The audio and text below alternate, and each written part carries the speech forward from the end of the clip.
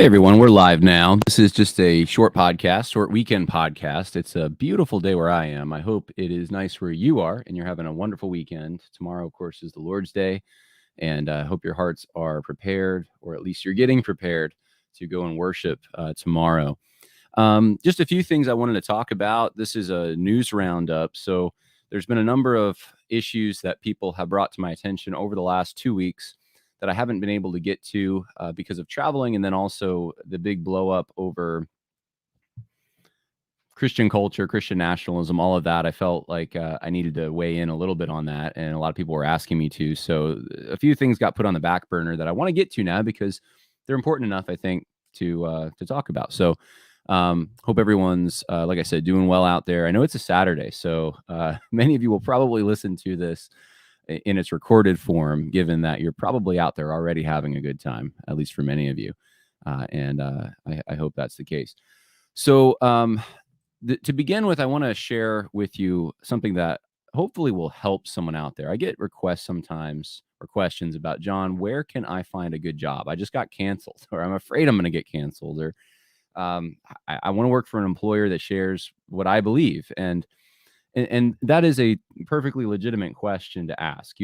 If it's possible for you not to suffer in a job, I think it's reasonable to assume it would be better to go to a place where you can work to provide for your family, where you don't have to suffer like that and have that hanging over your head. So one of the things that I wanted to share with you is a new sponsor for this podcast, New Founding, and they have a talent section. So New Founding is an overall organization that does a number of things, but one of the things they do is they have a job, kind of like, I guess, maybe what LinkedIn would do, serving a purpose like that, networking people so that you can be connected with someone who is looking for an employer who's looking for someone like yourself.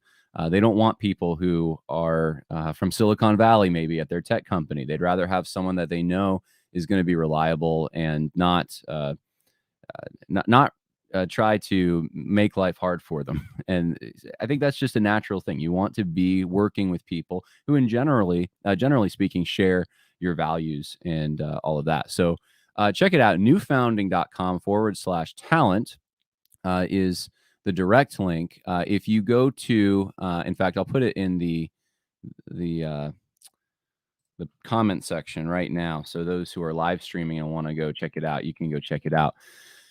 If you go to my website, there's two ways to find it now. You can go to johnharrispodcast.com if you want, or worldviewconversation.com. We'll go to John Harris Podcast, and all of this stuff comes up, and there's a jobs tab. If you click on that jobs tab, it's going to have my affiliate link, so they'll know that you heard about it from the Conversations That Matter podcast.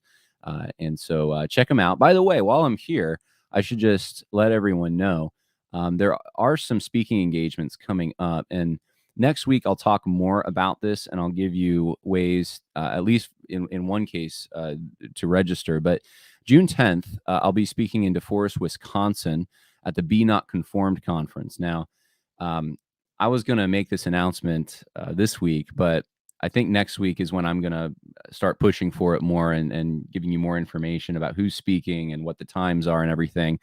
But well, I guess I already put down there 2 to 8 p.m. on June 10th. There's also going to be the 11th because I'm going to be preaching at DeForest Evangelical Free Church on the 11th. But I'll just let you know now before I've put everything out there, which I will do next week, June 10th and 11th. If you're in that area, mark your calendars, DeForest, Wisconsin, the Be Not Conformed conference. I'm going to be there. Dr. Russell Fuller is going to be there. Stephen Wolf is actually going to be there. Before the whole controversy the last few weeks, he was booked to be there, and he's still going to be there, and I'm looking forward to that. And there may be some others. So even if you live maybe a state away or something, you may want to consider this just for encouragement, just to be around like-minded people. And if you have questions, this is a great time to bring those questions up. So DeForest, Wisconsin, June 10th at the DeForest Evangelical Free Church. There's some other events coming up too. In September, there's going to be a men's conference, September 21st through 24th in Speculator, New York, which is a beautiful facility in the Adirondacks, Camp of the Woods. And we did our men's retreat there last year. I've added an extra day, and we have speakers, actually. Some speakers already lined up. Tom Rush is going to be speaking. He's one of the trustees for the Southern Baptist Theological Seminary. But he's a former military commander, and I think it's going to be great from that angle. I've asked him to speak maybe a little bit about his military experience and what he's learned. And of course, I'm going to be there. Lord willing, A.D. Robles is going to be there, and Andrew Rappaport is going to be there. I've asked him to speak, and there's a few others that I'm going to talk to about coming and speaking as well. But it's going to be a good time. When we do this, people know from last year, it's my first time ever trying to organize one of these. But when we do a retreat, or in this case, it's bigger than that because I had an extra day, so a conference. You could call it a retreat, I suppose. I don't want to just sit there and listen to lectures. I've always been like that at conferences. And if you like that, that's fine. No judgment. But I think most guys, probably most, and I think I'm not alone in this. We enjoy the fellowship of the conferences, the doing things together. So when we have campfires at night and we go for hikes and we play basketball at the gym, or you go fishing, bring your fishing stuff, right? You're going to have a great time with other men doing those kinds of things. And sometimes I think that's the more meaningful thing you pull away from these events. It's not all the speeches you heard, which are important, certainly, but it's or preaching. It's the relationships that form. So anyway, I'll have more information about registering for that because there's a price with that. We're trying to knock it down as much as we can, but staying somewhere and having all your meals provided for you at a really nice place for a few days does cost a little bit. So we're going to figure out ways, though, for those who can't pay for it to be able to have you there. I don't want anyone excluded from this who wants to come. And anyway, so that's coming up. And then the Jesus and Politics Conference, also October 21st, is coming up. And you could pray because I can't say much about this, but someone approached me who wants to put on a big conference possibly this summer. And I can't say much more beyond that, but just pray that that the Lord's will would be done in that, and that would come to fruition. We need more encouragement, and I think that's one of the things a conference can serve to do. We need more events that people can come around, get to know each other, relax together, laugh together, just share, fellowship, all of that. So that's coming up. All right. Well, now that we've gotten some of the announcements out of the way, I want to start looking at some of the stories that I have somewhat neglected, I suppose, because of other matters that seem to be more pressing. And we'll get into some of those matters too. And if people have questions today, I'll be happy to do what I can. But the SBC, well, let's talk about the SBC a little bit. The SBC has taken somewhat of a stand, it seems, to back Governor Lee's. This is now, I guess, old news for some of you, but like this article was published April 17th. But I just think it's worth noting, at least, that they've taken a position on Governor Lee's guns law proposal. Now, you might say, John, why is this important? And the reason I think it's important is if you go back 2 years, I think it is, you'll listen to an interview. If some of you might remember this, Matthew Nallon from Conservative Christians of Tennessee was on this podcast. And Matthew Nallon made the point that the ERLC, and I guess he had tagged them online. I don't know to what extent he had reached out, but whether he did or didn't, I guess is somewhat irrelevant. He was trying to get a hold of people at the ERLC to say, can you please support the heartbeat bill that is happening right now in Tennessee? We want to get this passed. This is before Roe v. Wade was overturned. And he couldn't get anywhere with the ERLC, the Ethics and Religious Liberty Commission for the Southern Baptists. This was when Russell Moore was there. And it was just odd, he thought, because they're based in Tennessee. They're in Nashville. And so this was something that troubled him. The defense I remember at the time from people who wanted to defend the ERLC was they only get involved in national matters, John. They don't get involved in state stuff. They just get involved in national matters. And that's what their focus is. And that's what Southern Baptists pay them to get involved with. So I'm old enough to remember this. And now we have the ERLC weighing in on not abortion in Tennessee, but guess what? Red flag laws. And I know that's, I don't have time to go over all of it. One of the representatives was caught on a hot mic basically saying, you can't call it a red flag law. We got to brand it something else. But essentially what it is a red flag law. And that's a controversial thing. So they're stepping into this controversial thing that's really not as important as abortion, you wouldn't think, but they're coming in on the side of let's restrict the sale of firearms. Let's have laws on the books where a where I think the way that Governor Lee, and I don't know what iteration ended up being the one that he brought to the fore, but I think the one that he was trying to support was that law enforcement officials it'd be restricted to them. They would be able to put people, I guess, with complaints from citizens on the red flag list, or they couldn't purchase firearms. And of course, the concern with red flag laws is there's already like I was actually just on the phone. It's interesting. I'll approach it this way. Approach it from the perspective of a firearms dealer. And they have certain requirements they have to meet in order to sell certain kinds of firearms in certain places. And I was just on the phone with someone this morning in the state of Missouri who 2 years ago was raided by the ATF, the Bureau of Alcohol, Tobacco, and Firearms. And it was because he ended up, essentially the final straw was they had set him up. They had ATF agents go into his store, and it looked like a couple, a man and a woman, and the woman signed all the paperwork for some firearms, and the man is the one who handed over the money. And this was taken from the ATF to be illegal because she didn't hand the money, he handed the money, right? So it gets that technical. And so he was the one purchasing the firearms, and you can't have that. You can't have someone purchase firearms for someone else if it's not, if they don't have a background check. And so this became a big thing. And I remember this from going like a few years ago, and this was in New York. I don't know if this was state. This is probably state law at the time. But I had tried to purchase a firearm for my wife, and I was pretty honest about it. I was just like, yeah, I'm going to be paying for this, but we have a joint account, right? So we have a joint bank account. It's that you could say she's paying for it too. But when I said it was a gift, I remember they got really weird with me, and they didn't want to sell it. And it was all this weird stuff. And I'm like, I really don't, I don't want to go through, I don't want to do this. And I didn't purchase it. This was a few years ago, so my recollection's a little fuzzy, but anyway, it's a similar scenario. And so anyway, the ATF comes, raids him. He doesn't even have a gun store anymore. They took, I think it's $150,000 worth of guns from this guy, and he doesn't have a gun store anymore. He can't sell anything. And it's like little stuff like that I think most common people think that's ridiculous, right? Well, one of the points that he was making to me when we were talking, he goes, how can you, if someone's going to lie, which is what happened in this case, she's lying, right? She's filling out, this ATF agent lied, said that she was the one purchasing these firearms, but then because the husband, presumably the one who looked like the husband, was giving the money, then it's now illegal. And he's like, how am I supposed to police that? What if someone lies on their paperwork? What do I do about that? In other words, you can come up with the most restrictive system that you possibly want to come up with. You cannot 100% foolproof. If you're going to still sell firearms, you cannot regulate the hearts of men completely. There's no way to do it. There's no mechanism. And in our country, of course, most states reciprocate the Second Amendment. They have some law in their books that's very much similar to that.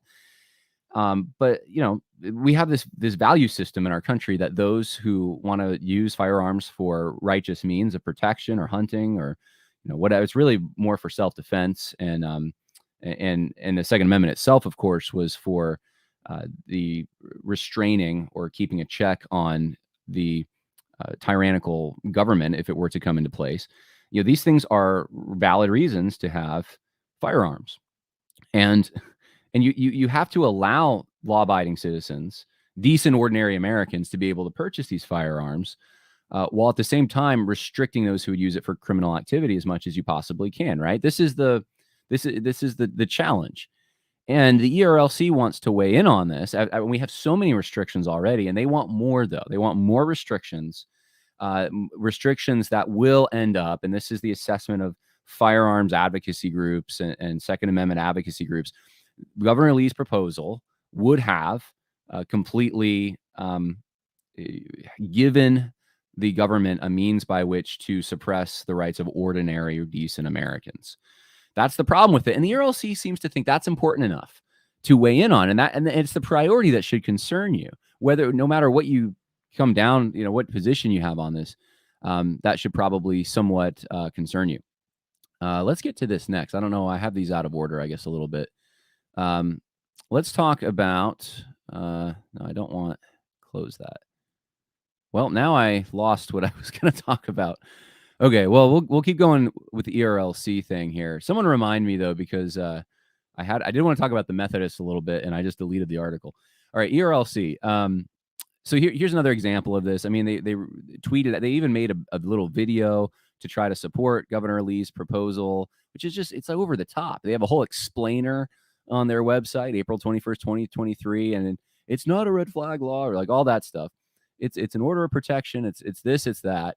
And then, Capstone Report pointed out, this is kind of funny, that the Ethics and Religious Liberty Commission, promoting Governor Lee's red flag law, will now have a Bill Lee staffer on the ERLC trustees. So one of Bill Lee staffer is on the trustees. And since this, they're both based, you'd think that'd be a conflict of interest. Since they're both based in Tennessee, though, there's got to be a lot of overlap. And maybe this is that evidence of that there's overlap here, that there's the people in the Lee administration are on the ERLC. Maybe that explains why they're doing this, why they're taking this stand, and they feel comfortable putting their resources of decent Southern Baptists giving money to the cooperative program towards infringing on the sale of firearms. When they didn't feel that way a few years ago about the heartbeat law in Tennessee, which is just weird. It's just weird. It just shows a lack of priority.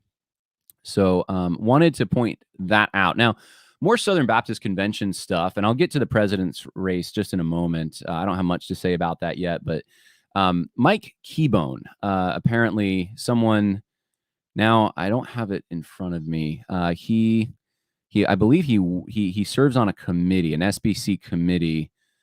And I'm trying to remember which one. It might have been the Sexual Abuse Task Force. Anyway, either way, this is interesting. Okay. Someone from, so this is an insider, someone from within the SBC. The convention is just around the corner, he posts on April 25th. As a convention, we have committed to walk with survivors of sexual abuse. One way you can help is to help them attend the annual meeting. Please share. Well, please share what? So it's a GoFundMe. So if you click on this GoFundMe, they've already raised over $16,000.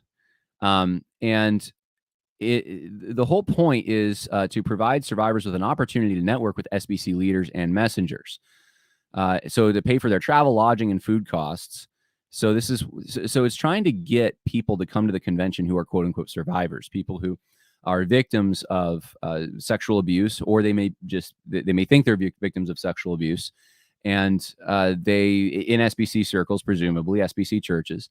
And if they can go to the convention, what does that serve? We saw what happened with Hannah Kate a few years ago. We see how these people are oftentimes used. I think even Hannah Kate said that later, that she felt like she was being used.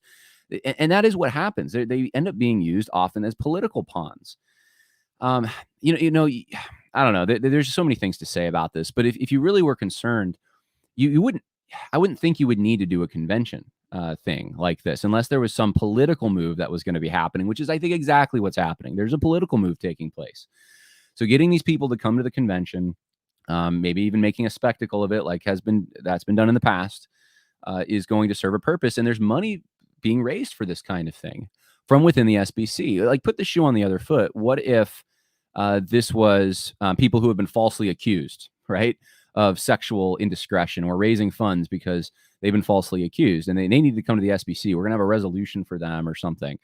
I know that would gain, that would probably be stories in the Washington Post and the New York Times about this. I guarantee it. There would be stories in the Houston Chronicle and the Tennessean, and they'd all gang up on this and say how horrible it is. But this is brave. This is good, right?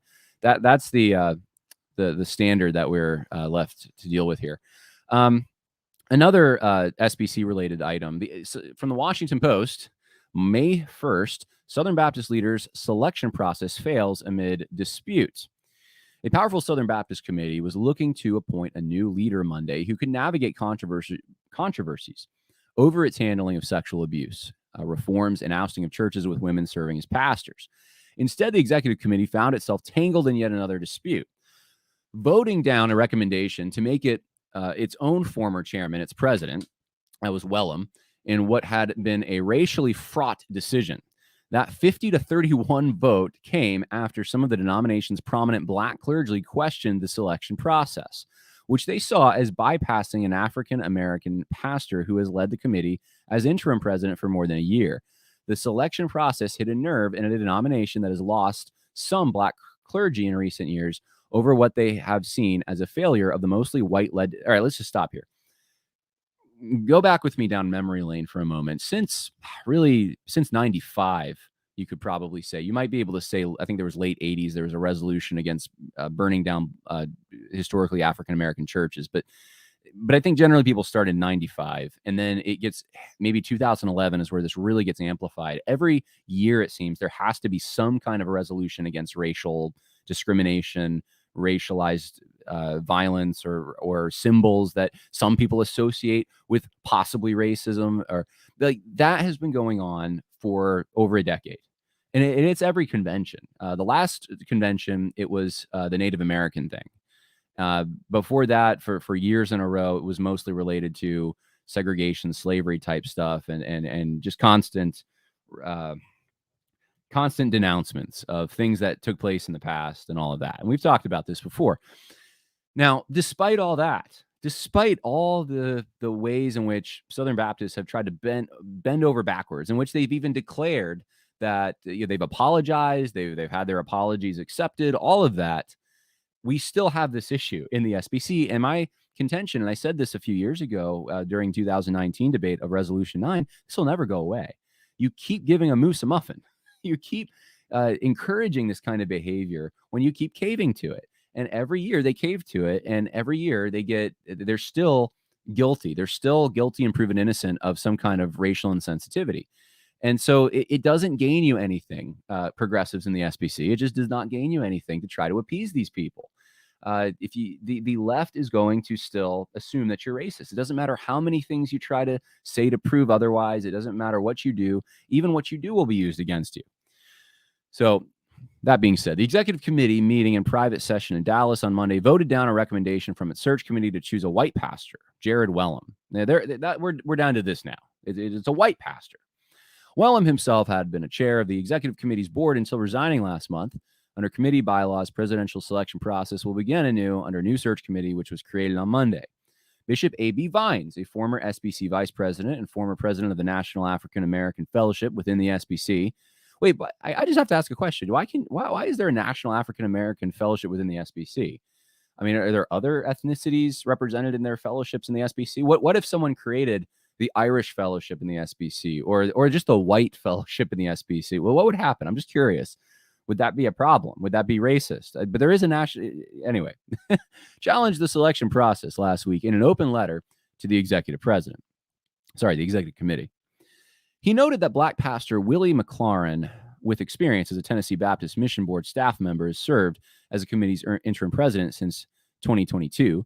Two other SBC agencies recently hired interim leaders to permanent positions. Vines didn't take issue with Wellham, but said the process was secretive and didn't pass the smell test. That's right. The denomination always seems to have issues with hiring a person of color for a senior leadership position, wrote Vines, pastor of New Seasons Church in Spring Valley, California. We have made resolution after resolution, from apologies on slavery to Confederate flags, but they won't be effective if the heart of the convention does not change. Listen to this. After the vote, Vines told the Associated Press, today's vote was about process and integrity. Today we showed the watching world that we honor both. So and I don't know a lot about Wellham, but I'm sure he's probably, if he's in the position he's in, he's gone along with all this stuff. He probably voted, let's denounce the Confederate flag. Let's denounce the alt-right. Let's make another resolution against racism. Let's do this and that. And this is where it gets you. The heart isn't changed. The heart still isn't changed. You can do all these external things and the suspicion is still there. It doesn't pass the smell test. You are guilty and proven innocent in this woke stuff. And it's just sad to me. It's just sad that anyone would try to appease it. We just got to stop. Just, stop trying to appease it. Stop trying to prove that we're not racist because look what we signed. Look what we, just stop. It's nonsense. It's nonsense at this point. It's just, it's a means by which to grant control to people who don't have your best interest in mind. And this is proving that fact, I do believe. All right. Someone just pointed out Mike Stone is trying again for SBC president position. That is true. And I haven't reached out yet. I am going to reach out though to Mike Stone. I plan to reach out to him and just ask him if he wants to be on the program to talk about what he plans. Because the thing is, New Orleans. I was just talking to an SBC guy about this yesterday, who has a position in the SBC, and it's very difficult.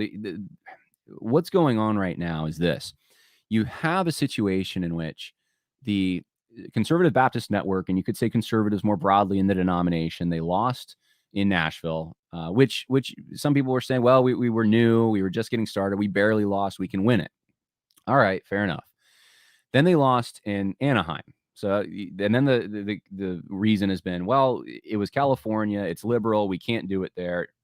The next time, okay, so now you're in New Orleans. So you're in a southern state, you're in the Bible Belt. The people from the surrounding area who can show up are going to be your people, you would think. This is the year then you have to pull it off, right? If you can't pull it off in New Orleans as conservatives, you won't be able to pull it off anywhere. And the issue is so many churches have left and disengaged and saw the nonsense and feel a lack of leadership and just don't want to fund what's going on anymore. And that's what's happened. And whether you like it or not, that's just reality. You just have to deal with that fact. And it makes a lot of sense. I mean, and I know there's still a contingent of pastors who really just want to fight. Let's pay that, whatever it is, $18 a year. And then we go to the convention and we get a migraine. And you know what?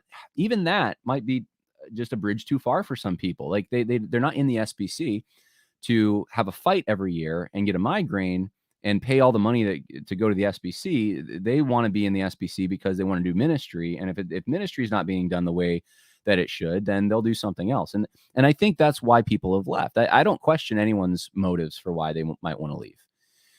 So anyway, that's the uphill battle. And the fact that the Conservative Baptist Network did not have Mike Stone as a candidate until very recently is a little bit odd. And if I have Mike Stone on, I'll ask about that, because normally they have someone announced much beforehand, but now it just seems like it's so last minute. And so the question is, can they pull it off? Now, I'll reserve anything about Mike Stone or what Mike Stone would do, if he did win, which would be great, right, for the SBC, how would he then take on the task that's going to take decades to try to reform this organization? You're going to have to be aggressive. And those are some of the questions that I'd like to ask him. So I'm going to leave that for when we possibly have him on, if we can. But anyway, that's what's going on in the SBC world. Now, I got rid of the tab and I need to pull it back up if I can find it again. The United Methodist Church. Let's see here. Well, yeah, it's not coming up. It was, let me try one more thing here. Let me see, split. Okay.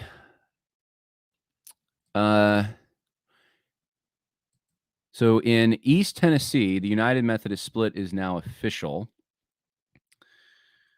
264 churches approved to leave the Holston Conference.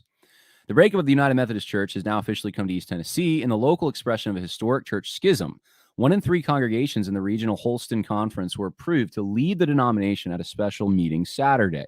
A worldwide faith, the United Methodists claim more than 6 million U.S. members, making it the nation's largest mainline Protestant denomination. As Holston Conference Bishop Deborah Wallace Pageant reminded the church representatives gathered at a packed Central United Methodist Church in Knoxville, the split is just the latest in a long history of fractures. The reason for this particular split have long been in dispute, though far from a majority. A significant portion of UMC churches, largely in the South, have moved to leave the denomination amid debates over, you guessed it, church sanction of same-sex marriage and gay clergy. Others reject this.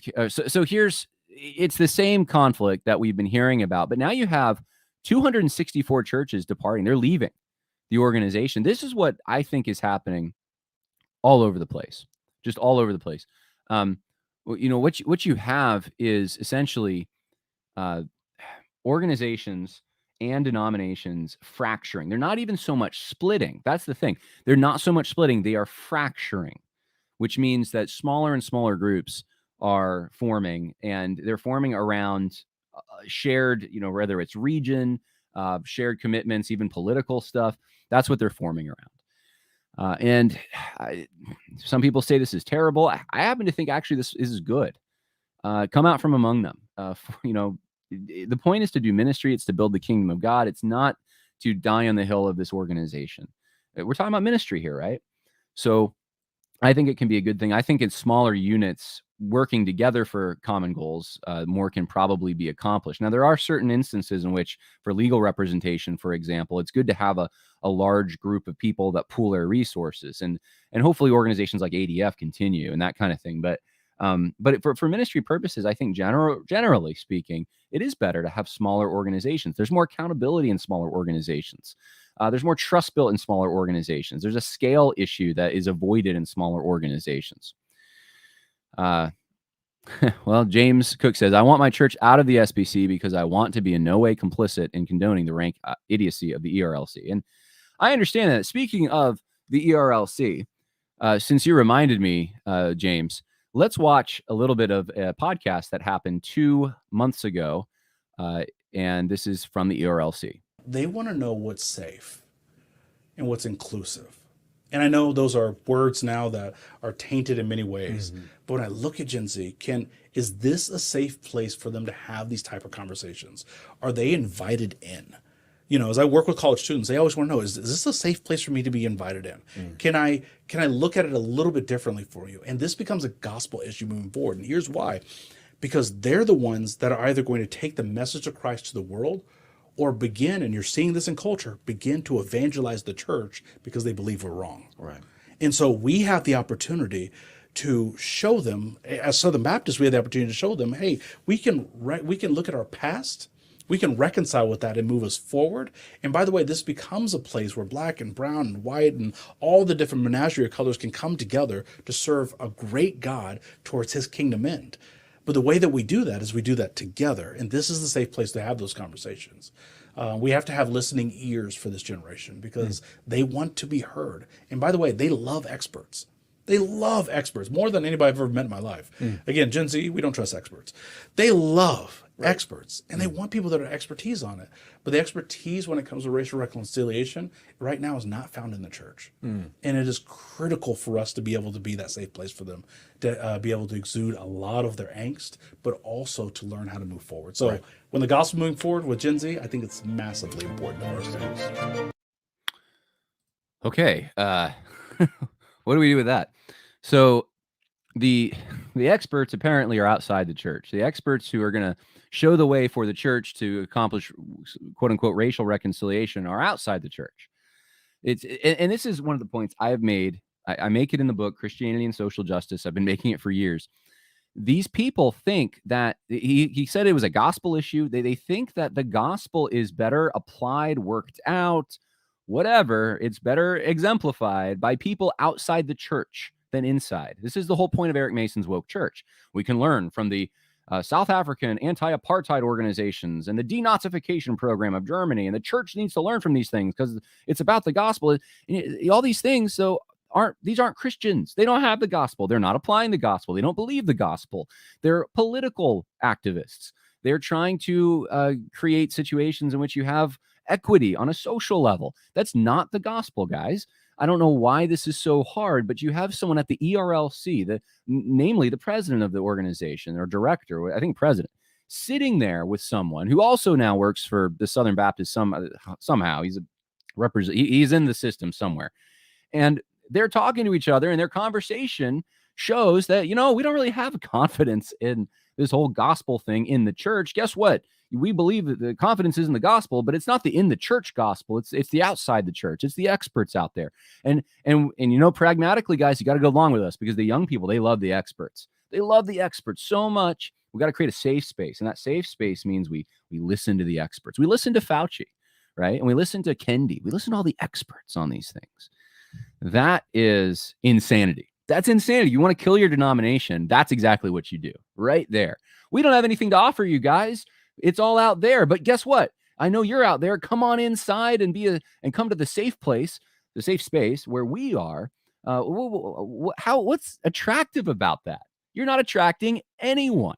Not one person is attracted to the quote unquote church when they say to that person, we don't have the answers, but the world does. That's a great argument for leaving the church and getting involved with the world. Why not just join some NGO or the Democrat Party or some organization where you can, I guess, live out the gospel better than you can in a church? Why be a missionary when you can be a community organizer or an activist or something? You could work for Black Lives Matter. I mean, I guess that's, they know about racial reconciliation more than the church does, right? I mean, can you see how this is one of the worst ideas that has ever been presented for church? That's the thing for church growth. He's presenting it as like, this is what Gen Z needs, or not Z. Yeah, Z. This is what the Zoomers need. They love the experts. So this is what they need. They need us to listen. They need us to do this and that and cater to them. And then they'll be at church. Then they'll be with us if we just do A, B, and C. Well, what's A, B, and C? A, B, and C is we got to tell them that we don't have the answers and where they came from has the answers.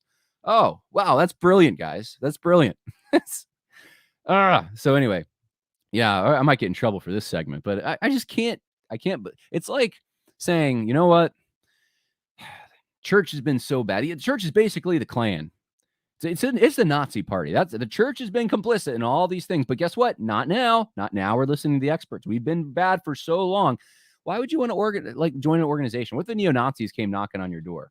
Right. I'm using them as an example, not because I want to beat up on Nazis more so than I do, communists or other political philosophies. I'm using it because the people at the ERLC would condemn that strongly, right? They condemn Nazis all day long.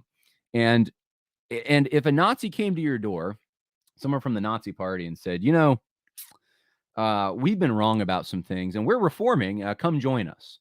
We're more inclusive now. And, we appeal to Gen Z or something like that. You'd laugh, right? You'd say that's the silliest thing. Like, change the name. If you've really changed your whole belief system and the way you approach things, change your name, because that name means something. That name there's historical stuff that comes with that name, right? And it's the same thing when you keep denigrating the church, cutting it down, saying the bride of Christ doesn't know what they're doing. It's the experts outside the church. They know what they're doing. And you keep doing that over a series of time.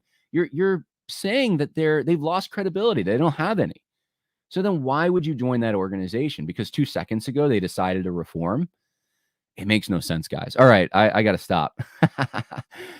You will be on the naughty step. Yes, I agree, Jason O'Brien. Whatever the naughty step is, I will be in trouble. Okay, where are we going now? Let's talk about, man, I don't even know. Some just general overview of some things I've noticed. All right. So, this is one of the things I wanted to point out to you. This is an article from 2021. But here's the thing that someone pointed this out to me recently. I didn't realize it was like this. The average U.S. congregation gathers in a building that seats around 200. Only 65 attend the medium church each week. This means that half of all churches have fewer than 65 people in their weekly worship service. In the last 20 years, the average attendance has been more than cut in half. Dropping in each fact sheet, the median worship service attendance among U.S. congregations has declined from 137. So we have 137 in 2000, and now it's 65. That's crazy. Now, this is in 2021, so maybe COVID had some effect on this, but I don't know. But the thing is, when you have a decline in membership, when you have a situation where the church, Christians are losing, they can't even organize together because they're not meeting together, or maybe it's showing that there aren't as many Christians as you thought, or something like that. But either way, as an institution, the church has less clout, has less respect. They have less influence. Why would it even, politicians used to, and still in some places they do, have to cater to the church, even if they're crooked. They can't offend the Christians, right? Because that's votes. Well, if the church now has less members, that pressure isn't there as much. And I submit to you that pressure is a good thing. It's a very good thing. You don't want to live in a place, because I live in one, where that pressure isn't there. When that pressure isn't there, the potential for evil increases exponentially. When the gay lobby is more powerful than the church sitting people, the pew sitters, then you are going to have that's the tipping point, guys. And you can get more votes by acquiescing to them. That's the tipping point. And the people who are complaining about cultural Christianity don't seem to understand this. And I don't want to insult anyone unnecessarily. I don't know where everyone's coming from on this, but I get the distinct impression sometimes that some of the people who criticize this are, one, from the Bible Belt. So they're looking at, from the inside, they're seeing problems of hypocrisy, which is true, but they don't have much to compare it to. They haven't lived for long periods of time in like Seattle or New York City.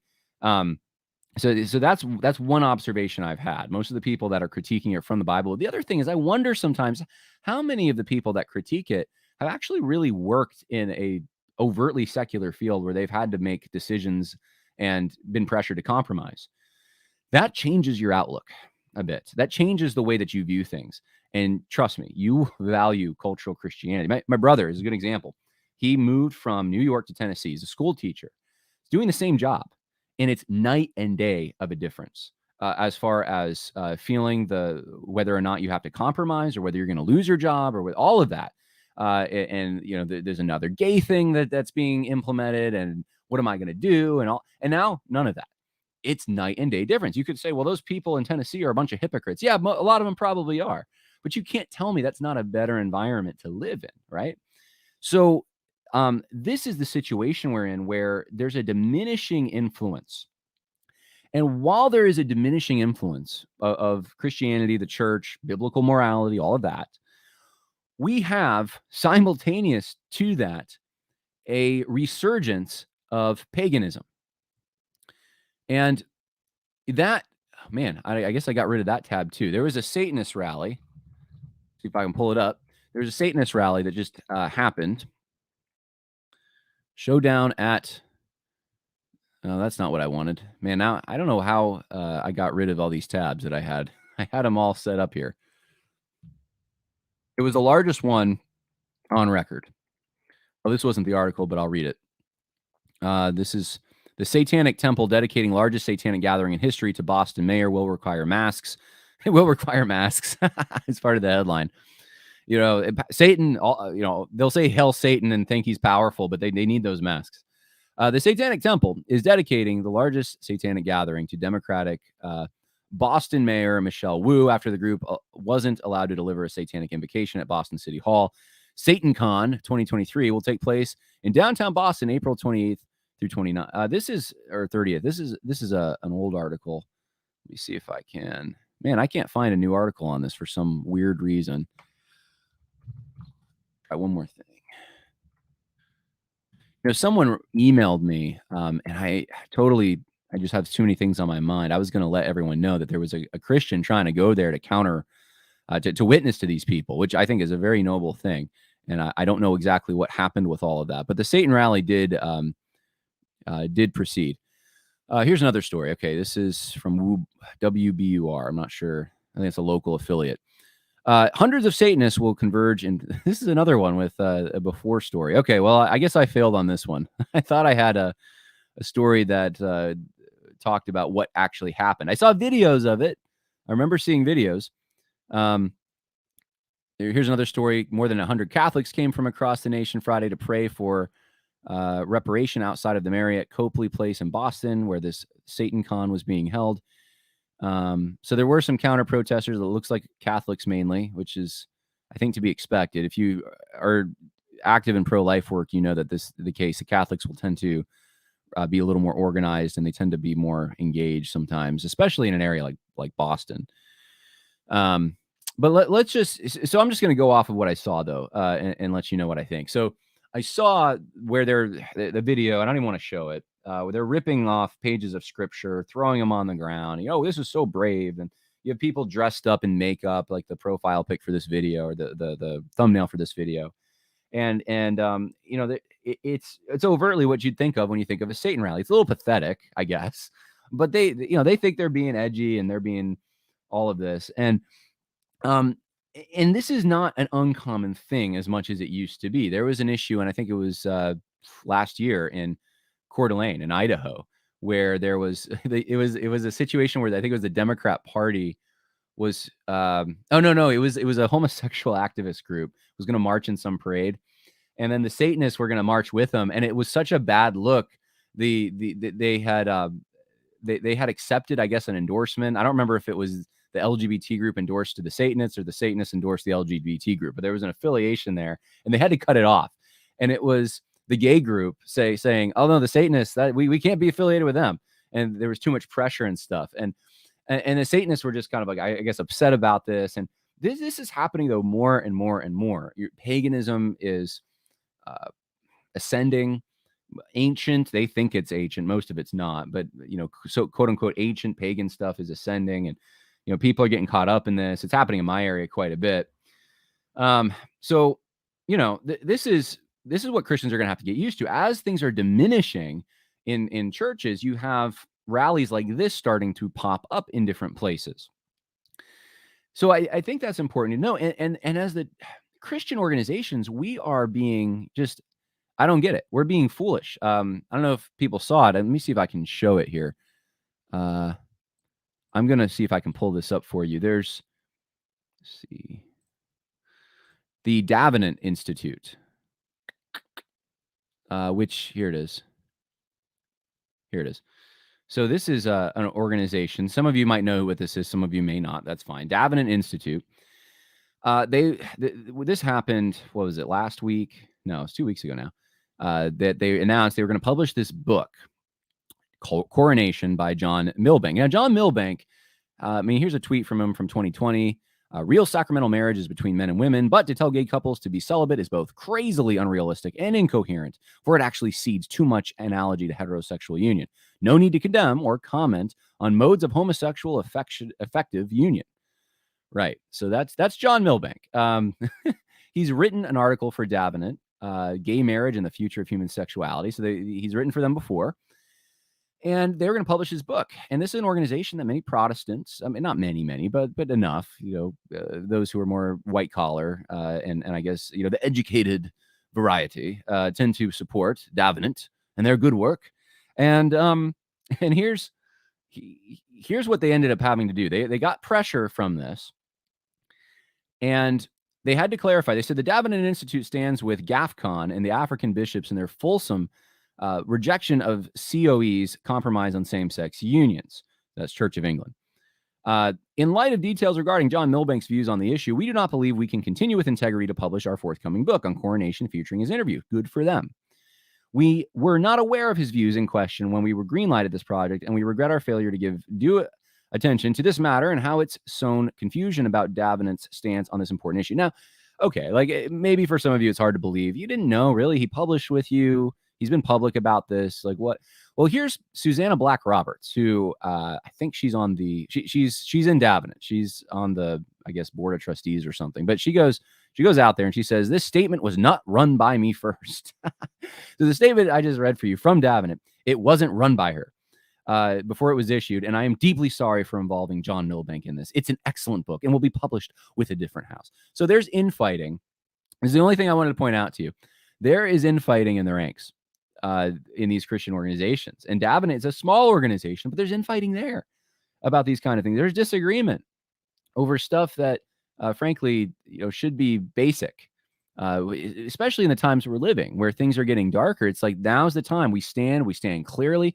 But what we're hampered by is so much infighting over so much nonsense. So one other thing I wanted to bring to your attention about the current situation we're in, someone brought this to my attention. What organization is this? The International Commission of Jurists. This is an NGO, non-government entity that's dedicated to helping shape policy. I can find where my place is. They have ended up coming out endorsing, I'll just read you the language,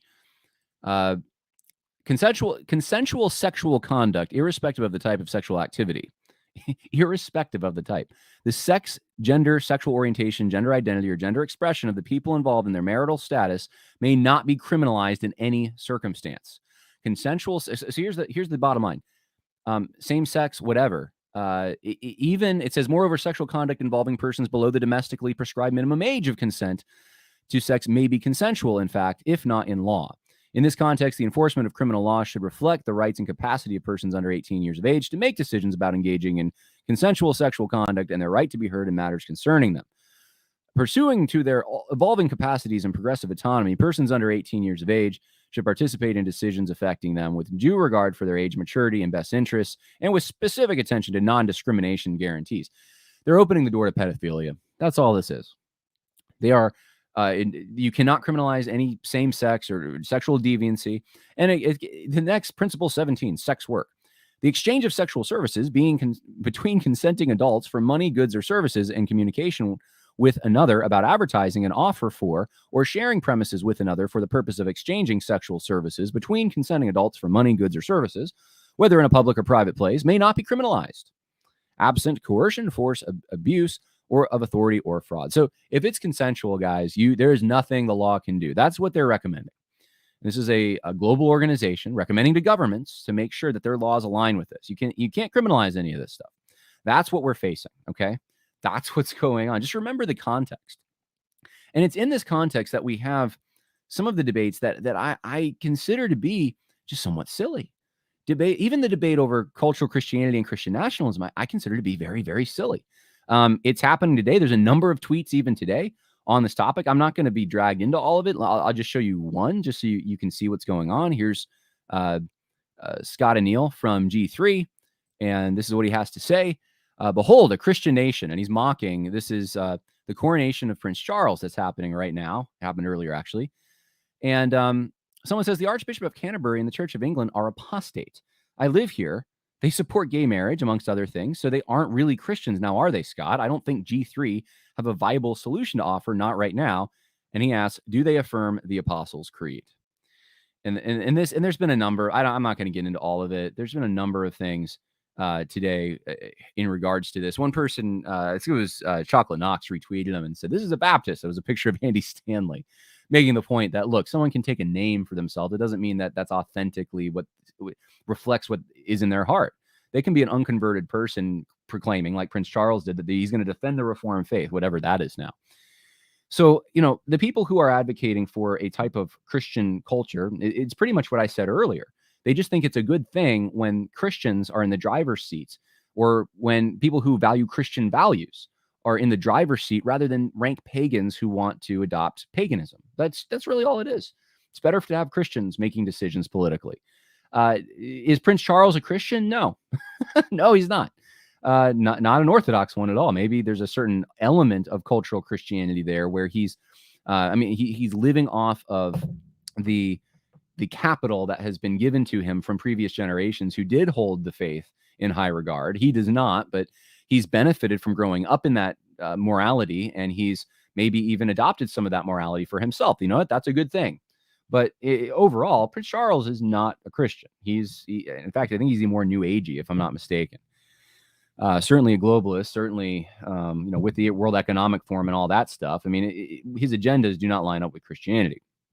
So and the debate today seems to be over whether or not that is an authentic form of cultural Christianity, which William Wolf made actually a good video about this earlier today on his Twitter. You can look at that coronation. You can look at the language that's used and say, that's beautiful. That's good. That's what we want in a king. In fact, I felt my heart saying, that's what I want. I want leaders who are going to be like that. That would be great. But we know that this is a relic. This is something from the past that has been preserved through tradition, but it doesn't mean a whole lot anymore because the heart's not there. And if the heart's not there, you lose the form. If you lose the substance, you lose the form eventually. Right now in the United States, we're losing the substance and the form, but that's the reason we're losing the form, is because we're losing the substance.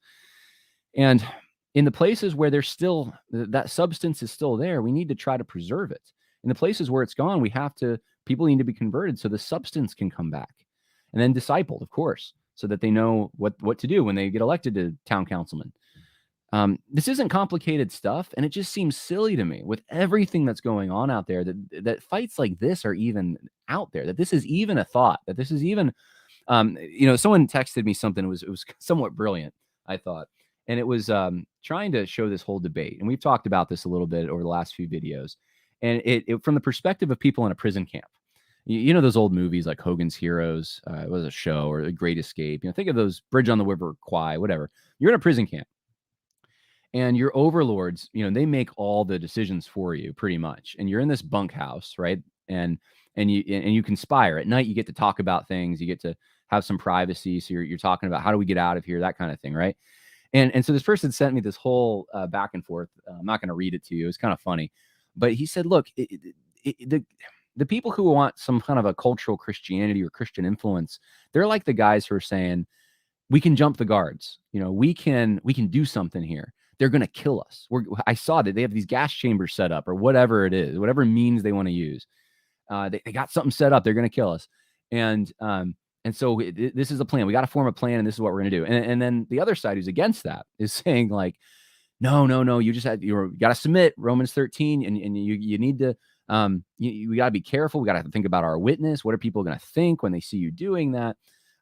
Is, like everything they can do, pulling all the stops for the young, more ambitious folks to not carry out their plan, right? And then the young ambitious folks are like, but they're going to kill us anyway. Like we should do something.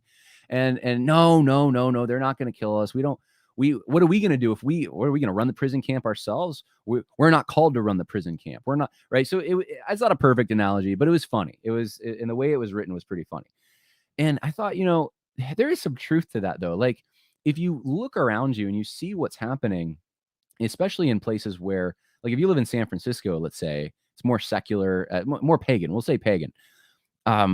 You see the net is coming in around you. You see the incremental steps that are being taken every year towards eventually making Christianity illegal, driving it underground. I know some of these guys seem like they want that. Persecution is the best way to spread it, or like, okay, if God uses that, that's up to God, but we shouldn't. There's nothing in Scripture that commands us to want that. We shouldn't want that. That's a little weird, guys. That's a little reminds me of like the monks who wanted to like whip themselves and stuff. It's like, no, you should want your neighbors to follow God's law to allow Christianity to continue, and you should use that freedom for the benefit of spreading the gospel and making disciples, and be thankful for it, because God's ordained that too. God's also ordained Christian lands to in the past to create generations, to allow for generations to be created that value Christianity. So it's not like, I mean, you could look at a modern example. You could look at like Iraq or Iran. Look at what's happened there with missionaries. I mean, persecution is pretty intense. Has that grown the church there? Not really. No. So that's not like a silver bullet. Like that's always going to grow the church. But there's some guys, I don't get it. Like we should not be involved in this stuff. And if we are, that it's a compromise, and persecution's a good thing. And there's a spectrum there of people, in different places, but it's kind of crazy. So look at the situation around us and just think of yourselves, what makes sense in this situation? What makes sense is not to be spending a lot of time, and I don't plan to. I'm pretty like satisfied with what we've already said. What makes sense is not to spend a lot of time arguing the specifics of like, how do we survive? How do we do this and keep the Christian faith alive in this environment? How do we? It's not to get into the technicalities of it. It's to form various plans. And if people disagree, they disagree. And then you cooperate as much as you can, and don't rain on each other's parades. It's going to take a group effort to even just resist in a defensive maneuver, to resist this stuff, to hold on to godliness on a social level, to hold on to just the moral law of God being respected on a social level, that earthly good element there. It's going to take a group effort. And that's what I'm committed to. If someone's in that battle, if someone wants to be in that fight, and they're doing it not the way that I would want to do it, I'm not going to rain on their parade. But you have a bunch of people who want to rain on the parade of people who do want to do something. And that's what's kind of crazy to me. It's like, look around you. These conferences, these organizations, these denominations, like the G3 conference, like the Southern Baptist Convention, like any of these things, they're all threatened. How long do you think they have left? Maybe they have decades. I don't know. Maybe that's possible. I doubt it, though. I doubt it. I think they have years. I don't feel comfortable saying decades at the current rate at which things are going. So what are you going to do with the time that you have left? If things go at the current rate, now that might not happen. Things can turn around. God can do anything. But I'm just saying, a sensible person doesn't waste a lot of time raining on the parade of other people who wish to defend him as well, and wish for him to prosper in his family. And that's all that I've seen from people who want to see Christianity be respected in a cultural setting. All right. Well, that's the podcast today. There's a lot of someone said Queen Elizabeth is not a that's, you know what, Bruno, I don't know about your profile pic there. Queen Elizabeth isn't a true Christian. I don't know about that. maybe she is, maybe she's not, but her parents probably were, and she was certainly more in keeping with Christianity than Charles, as far as her values and all of that. So let's see. What about the If Gathering? Someone asked about the If Gathering. I thought we talked about that. Charles is the Antichrist. That's interesting. Charles is okay. The If Gathering. There was a documentary someone sent me. So first of all, the If Gathering. We did a video on that. Maybe we'll do more, but for right now, yeah, the If Gathering too. I mean, what'll happen with a lot of these organizations, probably the If Gathering included, is as things get more pagan, they will also become more pagan, right? So they're going to acquiesce to the LGBT stuff, and that's what they're going to compromise. If you don't compromise, though, you'll be in trouble. Yeah, someone says Charles is the Antichrist. Someone sent me, like, I don't know, 2 months ago, this documentary video, and I watched like maybe 20 minutes of it, of this guy trying to prove that Prince Charles was the Antichrist. And guys, it was a little nuts. It was a little nuts. I'm not going to lie. It was the, I don't know what to even say. So some of the stuff was just so unusual and weird. I'm like, first of all, I think only some, it would really be premillennial dispensationalists who would even be, maybe some premillennialists, I don't know. Premillennialists, we'll say, might be open to that kind of a thing anyway, right? They're the only eschatological branch that's going to be open to even hearing that kind of an argument. And I just got to say, like, we don't have the specificity. You can come up with parallels. This person doesn't have a desire for women. By the way, Prince Charles does. So how does that fit? I just thought of this. This person doesn't have a desire for women, so it's going to be the Pope, right? Or something like that. You can come up with parallels, but or it's the Mahdi, right? It's the Mahdi. But you don't know 100%. You'll never know 100% whether that person is the Antichrist, even in that framework. But I just thought of Prince Charles doesn't seem to actually have one of the qualifications for that, because he does desire women. Clearly he does. Because that's somewhat what he's known for. All right. Well, God bless everyone. I hope that everyone's doing well and having a good time this weekend. Hopefully you're ready for church tomorrow. I know I'm actually leading praise and worship music at my church tomorrow. So probably my wife and I, so it's going to be a stripped down kind of thing, but got some good songs and just looking forward to it. So hopefully you all are as well. God bless. More coming. Bye now.